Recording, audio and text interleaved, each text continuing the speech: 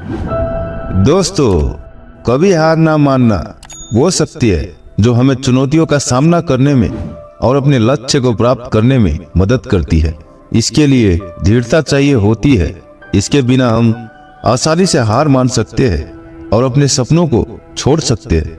दृढ़ता यानी डिटर्मिनेशन, दृढ़ता यानी सॉलिडिटी। इस वीडियो में हम कभी हार ना मानने की शक्ति और इसके महत्व के बारे में जानेंगे। हम इस गुण के कुछ प्रसिद्ध उदाहरण को भी देखेंगे और सीखेंगे कि हम इसे अपने जीवन में कैसे विकसित कर सकते हैं। अगर आप अपने करियर, अपने रिश्तों में सफल होना चाहते हैं तो दृढ़ता सबसे महत्वपूर्ण है। आज मैं आपको एक बौद्ध कहानी के माध्यम से समझाने वाला हूँ कि दृढ़ता क्या है और यह हमारे जीवन में कैसे परिवर्तन ला सकती है। उससे पहले अगर आप इस चैनल पर नए हैं तो चैनल को सब्सक्राइब कर ले। एक बार एक बहुत ही दुखी व्यक्ति एक महात्मा के पास आकर कहता है, मैं अपने जीवन से बहुत दुखी हूँ। मैं अपने बीवी बच्चों और अपने परिवार को भी खुश नहीं रख सकता। मैं अपने लिए भी कुछ नहीं कर पा रहा।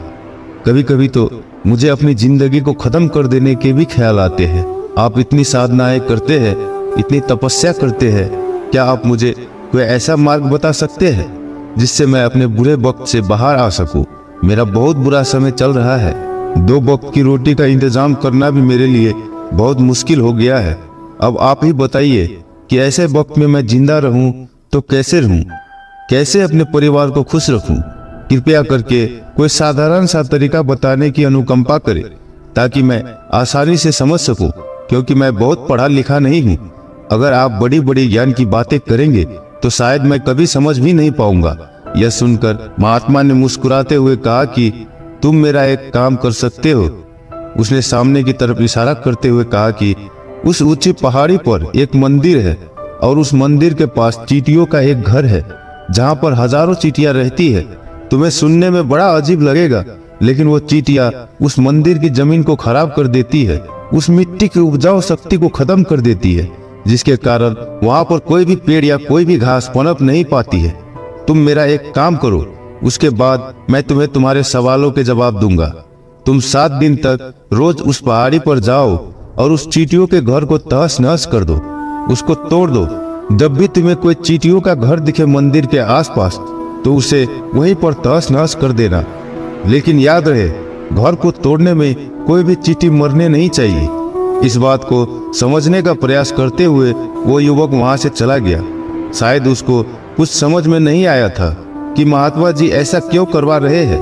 वह तो उन चींटियों पर अन्याय कर रहे हैं, उनका घर तुड़वा रहे हैं, उन्हें नुकसान पहुंचा रहे हैं। आखिर कौन महात्मा ऐसा करेगा? लेकिन फिर भी उस महात्मा की बात मानते हुए वो अगले दिन से ही पहाड़ी पर जाना शुरू कर देता है। जब वो पहले दिन पहाड़ी पर पहुंचता है तो देखता है कि बहुत सारी चींटियां अपना खाना जुटाने में लगी हुई है। सारी चींटियां कतार से चल रही थी और अनाज के छोटे छोटे कण उठाकर अपने घर में जमा करती जा रही थी। यह देखकर पहले तो उस युवक का मन कमजोर पड़ गया। उसने सोचा कि यह इतनी मेहनत करके अपना घर भर रही है और मैं इनके घर को तबाह कर दूंगा तो इनको कितना बुरा लगेगा। लेकिन फिर उसने उस महात्मा की बात याद करते हुए उस घर को तोड़ना शुरू कर दिया। जल्द ही चींटियों में हाहाकार मच गया। वो इधर उधर दौड़ने लगी। अभी तक जो कतार में चल रही थी वो अब बिखर गई और इधर उधर अपनी जान बचाने के लिए भागने लगी। थोड़ी देर में घर टूट गया और सारी चींटियां इधर उधर छुपने के लिए भाग चुकी थी। यह करने के बाद वो युवक दुखी मन से वापस अपने घर पर लौट आया। उसका मन परेशान था, दुखी था, पश्चाताप से भरा हुआ था। फिर उसने अपने बिस्तर में रात में लेटे लेटे ही सोचा कि अब तो उन चींटियों का घर तबाह हो चुका है, क्योंकि चींटियों का घर तहस नहस करने के लिए महात्मा जी ने कहा था, जो मैं कर चुका हूँ। पर महात्मा जी ने 7 दिन पहाड़ी पे जाके चींटियों का घर तहस नहस करने के लिए क्यों कहा? अब वहाँ वापस जाने से क्या प्रयोजन है? अब क्या फायदा होगा? लेकिन फिर कुछ सोचकर अगले दिन उसने फिर से जाने का निश्चय किया और अगले दिन सुबह सुबह उठकर वो वापस उसी पहाड़ी पर पहुंच जाता है। पहाड़ी पर पहुंचकर वह उसी जगह पर पहुंचता है जहां पिछली सुबह उसने उस घर को तहस नहस कर दिया था। लेकिन वह यह देखकर चौंक जाता है कि उन चींटियों ने फिर से अपना घर उसी जगह पर बना लिया था और अब वो फिर से अपने घर के लिए सामान इकट्ठा करने में जुटी हुई थी। उस आदमी को देखकर लगा कि यह चींटियां कितनी मूर्ख है। इनको पता है कि कल ही इनका घर इसी जगह पर तबाह किया गया है और उसी जगह पर उन्होंने अपना नया घर भी बना लिया। और यह सोचकर वह आदमी हंसने को हुआ, लेकिन फिर से महात्मा की बात याद करते हुए उसने उन चींटियों का घर फिर से तबाह करना शुरू कर दिया। फिर से उन चींटियों में हलचल मच गई और थोड़ी देर में वह चींटियां इधर उधर अपनी जान बचाने के लिए भागने लगी। कुछ ही देर में उनका घर फिर से नष्ट हो गया और वो युवक थोड़ा संतोष के भाव से कि इस बार तो मैंने अच्छी तरह से उस घर को तबाह कर दिया है, अब तो वो चींटियां यहाँ पर अपना घर बना ही नहीं पाएंगी। इसलिए जाने से पहले उसने उस घर पर ठंडा पानी भी डाल दिया ताकि चींटियां वहां पर अपना घर ना बना सके। और इस तरह अपना कर्म पूरा करके वो युवक फिर से अपने घर लौट आया। आज रात में सोते वक्त फिर से वो इंसान यही सोच रहा था कि क्या महात्मा यह सही काम करवा रहे हैं? क्या किसी का घर तबाह करना किसी सिद्ध पुरुष को शोभा देता है? क्या हो अगर वो महात्मा सिद्ध पुरुष हो ही ना? क्या होगा अगर वो मुझे बेवकूफ बना रहे हो? लेकिन फिर उसने निश्चय किया कि मैं अपने काम को पहले पूरा कर लेता हूँ, उसके बाद ही पता चलेगा कि महात्मा मुझसे ऐसा क्यों करवा रहे थे। और यही सोचकर वो रात में सो जाता है। अगले दिन सुबह उठकर वो फिर से उसी पहाड़ी की ओर निकल जाता है। पहाड़ी पर पहुंचकर वो उसी जगह पर पहुंचता है जहां पर उसने उनके घर को तबाह कर दिया था। और वो यह देखकर खुश हो जाता है कि वहां पर कोई भी घर नहीं था। सारी चींटियां वहां से भाग चुकी थी। अब उसने सोचा कि अब मेरा रोज रोज आने का क्या प्रयोजन, क्योंकि चींटियां तो अपना घर बदल चुकी है और महात्मा जी ने मुझे 7 दिन आने के लिए कहा था, लेकिन आज तो तीसरा ही दिन है। अब बाकी 4 दिन वापस आने का क्या प्रयोजन। और यही सोचकर उसने निश्चय किया कि यहाँ से वो सीधा उसी महात्मा के पास जाएगा और उनको यह सारी खबर बता देगा। जब वो वापस मुड़कर उसी पहाड़ी से उस महात्मा की कुटिया की तरफ जाने लगा तो उसकी नजर एक और घरोदे पर पड़ी जो कि चींटियों का ही बनाया हुआ था। मतलब कि वो घरोदा चींटियों ने ही बनाया था और अब वो चींटियां नए घर में वास कर चुकी थी। यह नया घर उनके पुराने घर से थोड़ी ही दूरी पर था। और जब उस युवक की नजर उस घरोदे पर पड़ी तो उसने सोचा कि शायद महात्मा को पता था कि यह चींटियां अपना घर यहाँ से बदलकर किसी दूसरी जगह पर बना लेगी, इसीलिए उन्होंने मुझे 7 दिन आने के लिए कहा था। और यह विचार करके वो उसका नया घर भी तोड़ने के लिए पहुंच जाता है। जब वो वहां पहुंचा तो चींटियां उसी तरह अपने कार्य में लगी हुई थी। वह अपने लिए खाना इकट्ठा कर रही थी और अपने घर में जमा करती जा रही थी। जो पुराना घर टूटा था वहां भी अनाज के कण बचे हुए थे और चींटियां वहां से भी अनाज इकट्ठा करके वापस अपने नए घर में ला रही थी। अब यहाँ पर फिर से युवक का मन थोड़ा कमजोर पड़ गया, क्योंकि वो खुद भी कमजोर था, खुद भी वक्त का मारा हुआ था। इसीलिए उसके मन में उन चींटियों के प्रति दया का भाव उमड़ रहा था। उनके ऊपर उसे दया आ रही थी। वह चाहता था कि उनकी मदद करे, लेकिन वह उल्टा उनको नुकसान पहुंचा रहा था। लेकिन उस महात्मा की बात को याद करते हुए उसने फिर से उस घर को तोड़ने का निश्चय किया और उसने इस बार बड़ी ही सावधानी के साथ बिना किसी चींटी को कोई नुकसान पहुंचाए वो घर तबाह करना शुरू कर दिया। वक्त थोड़ा ज्यादा लगा, क्योंकि किसी भी चींटी को नुकसान ना पहुंचाने की शर्त महात्मा ने पहले ही रखी थी। इसलिए उसको बड़ी सावधानी के साथ उन घरों को तबाह करना था। लेकिन आखिरकार उसने उस घर को भी तबाह कर दिया। और उस घर को तबाह करने के बाद वो बड़े ही दुखी मन से, इस बार वो पहले से भी ज्यादा दुखी था, क्योंकि उसने उनका नया घर भी तोड़ दिया था। वो उन चींटियों को बसने ही नहीं दे रहा था और वो अब अपने आप को शैतान या दानव समझने लगा था। लेकिन फिर भी उस महात्मा की बात को मानते हुए वो अपने घर पर दुखी मन से वापस आ गया। रात में सोने से पहले एक बार उसने फिर से सोचा कि मैं कितना बड़ा शैतान हूँ, कितना बड़ा दानव हूँ। पुराना घर तो छोड़ो, मैं उन चींटियों को कभी भी बसने के लिए कोई जगह ही नहीं दे रहा हूँ। वो चींटियां मेरे बारे में क्या सोचती होंगी, वो कितना दुत्कारते होंगे उस परमात्मा को जो मेरे द्वारा यह काम करवा रहा है। लेकिन फिर भी उसने अगले दिन जाने का निश्चय किया और अगले दिन सुबह सुबह वो फिर से वहां पर पहुंच गया। वो यह देखकर फिर से आश्चर्यचकित रह जाता है कि इस बार चींटियों ने एक और नई जगह पर अपना घर बना लिया था। वो पहले से भी ज्यादा ऊर्जा के साथ काम कर रही थी और उन्होंने एक रात में पहले से भी बड़ा घर बना लिया था। और अब वो फिर से अपना अनाज और खाना इकट्ठा करने में जुटी हुई थी। यह देखकर उस आदमी को लगा कि यह चींटियां किस मिट्टी की बनी हुई है। मैं इनको बार बार यहाँ से भगाने की कोशिश कर रहा हूँ और यह वहीं पर अपना घर बना लेती है। क्या इनको पता नहीं है कि मैं इन्हें यहाँ पर कभी भी बसने नहीं दूंगा। यह चींटी दिखने में इतनी छोटी है, लेकिन फिर भी यह मुझसे हार नहीं मान रही है। बड़े ताज्जुब की बात है। और इस बार उसने गुस्से में उस घर को तहस नहस करना शुरू कर दिया। लेकिन इस बार तहस नहस करते हुए कुछ चींटियां भी वहीं पर मर गई, उसके पैरों तले कुचल दी गई। कुचलने के बाद जब वह अपने अहंकार से बाहर आया तो उसने देखा कि गुस्से में उसने उन चींटियों को कितनी क्षति पहुंचा दी है। उसका मन पश्चाताप से भर गया और वो रोता हुआ अपने घर की तरफ बढ़ गया।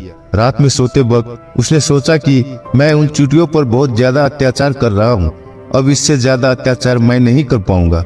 और यही सोचकर वो अगले दिन उन चींटियों के लिए अपने घर से थोड़ा आटा लेकर उसी पहाड़ी पर पहुंच जाता है।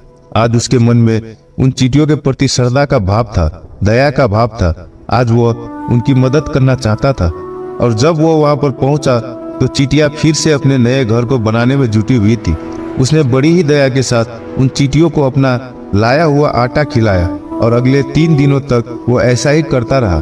जो इंसान पिछले 4 दिनों से चींटियों को नुकसान पहुंचा रहा था, अब वही इंसान उन्हें मदद कर रहा था। वो रोज सुबह जाता और उन चींटियों को अपने हाथों से आटा खिलाता। 7 दिन के बाद वो युवक उस महात्मा के पास पहुंचकर हाथ जोड़कर बोलता है कि हे महात्मा जी, मुझे माफ कर देना। मैंने उन चींटियों का घर तबाह करने के लिए बहुत कोशिश की। मैंने उनका घर तबाह किया भी, एक बार नहीं 4 बार मैंने उनका घर तोड़ा। उसके बाद मैं हिम्मत नहीं कर पाया, उनके घर को नहीं तोड़ पाया। मैं समझ सकता हूँ कि मैंने आपका काम पूरा नहीं किया और इसके बदले आप मुझे वो तरीके भी नहीं बताएंगे जो कि मुझे मेरे बुरे समय से बाहर निकाल सकते हैं। लेकिन मुझे इसका कोई दुख नहीं है।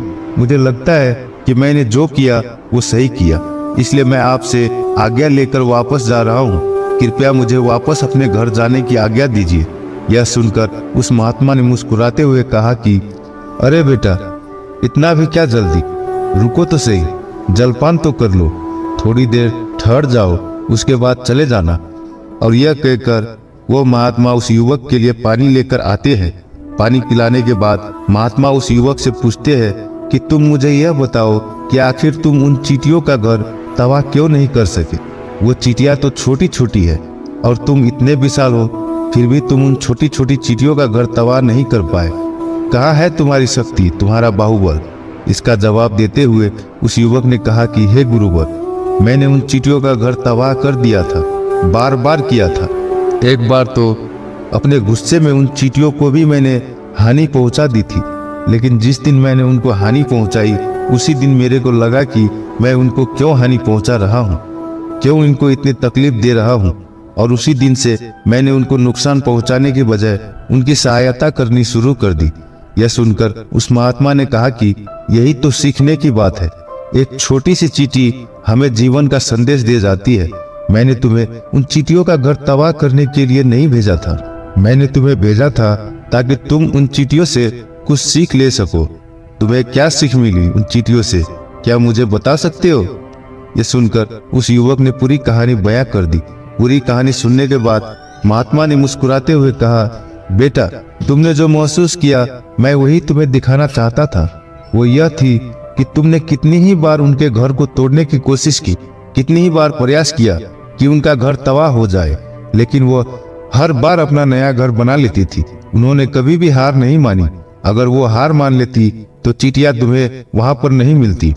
जब एक छोटी सी चींटी अपने विश्वास और मेहनत से इतने बड़े आदमी का दिल बदल सकती है, तो तुम इंसानों का मन बदल ही सकते हो। अपने जीवन में अपनी किस्मत ना बदलने का कोई कारण तुम्हारे पास नहीं बचता। जीवन कार्यशील का नाम है, कर्मशील का नाम है, लेकिन हम मनुष्य 1-2 बार हार मिलने पर ही टूट जाते हैं, हताश हो जाते हैं और फिर जीवन में प्रयास ही नहीं करते।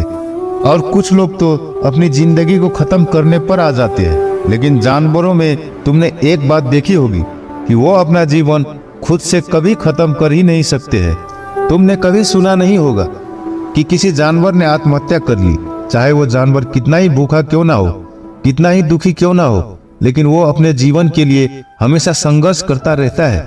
लेकिन वहीं पर दूसरी तरफ हम मनुष्य एक दो बार हताश होने पर ही अपना जीवन खत्म कर लेते हैं। जीवन तो कर्म करने का नाम है, इसलिए मृत्यु से पहले कर्म करना कभी मत छोड़ना, क्योंकि मृत्यु के बाद तो तुम परम विश्राम में चले ही जाओगे। तो उससे पहले कर्म करना क्यों छोड़ रहे हो, क्यों हताश हो रहे हो? अगर तुम्हारा एक घर टूट गया है तो दूसरा घर बनाने का प्रयास करो, कोशिश करो, और कोशिश करने वालों की कभी हार नहीं होती। यह तुम उन चींटियों से देख चुके हो। देखने में तुमसे कितनी छोटी है वो चींटियां, और तुम इतने बड़े हो, लेकिन उनका मन तुम्हारे मन से इतना बड़ा है, इतना विशाल है, इतना दृढ़ संकल्प है कि इतनी बार घर टूटने पर भी उन चींटी ने कभी हार नहीं मानी। दूसरी सीख यहाँ से लेने की थी, वो यह थी कि जब भी हमारे ऊपर बुरा समय आता है, हमें लगता है कि यह समय कभी नहीं जाएगा, यह समय मेरे जीवन को बर्बाद कर देगा, मुझे कभी नहीं जीने देगा। और अपने इन्हीं ख्यालों से, जिनका असलियत में कोई भी अस्तित्व नहीं है, वो सिर्फ विचार है, और वही विचार हमारे मन को दुखी कर देते हैं, और इसीलिए हम प्रयास करना भी छोड़ देते हैं। लेकिन तुम खुद सोचो कि बार बार प्रकृति हमें दुख पहुंचाएगी, नुकसान पहुंचाएगी, लेकिन कब तक पहुंचाएगी? अगर हम बार बार फिर से उठकर फिर से नया प्रयास करते रहेंगे तो प्रकृति भी हमारे सामने घुटने टेक देगी, और वो भी एक दिन हमारे ऊपर दयावान हो जाएगी, और वो हमें सब कुछ देने लगेगी जिसकी हमने कभी कामना की थी। इसलिए यह भी कहा जाता है कि बुरा वक्त किसी का भी हमेशा नहीं रहता। तुमने खुद देखा कि तुम उन चींटियों को तबाह करने के लिए पहुंचे थे, लेकिन बाद में तुमने उन चींटियों को अनाज और आटा देने लगे। तुम ही उन पर कृपालु हो गए। क्यों हुए? क्योंकि तुमने देखा कि वो चींटियां हार ही नहीं मान रही है। इसी तरह अगर तुम भी अपने जीवन में कभी हार नहीं मानोगे तो एक ना एक दिन यह प्रकृति तुम्हें वो सब कुछ देगी जो तुम अपने जीवन में पाना चाहते थे। इसलिए हमेशा याद रखना, हमें बिना रुके, बिना थके और बिना परिणाम की चिंता के बस कार्य करते जाना है। और दूसरा यह कि एक ना एक दिन प्रकृति तुम्हारे उस कर्म का परिणाम तुम्हें जरूर देगी। तो दोस्तों, कैसी लगी आपको यह कहानी? आप हमें कमेंट सेक्शन में जरूर बताना, और अगर अच्छी लगी हो तो वीडियो को लाइक और हमारे चैनल अनंत इंस्पिरेशन को सब्सक्राइब जरूर करें।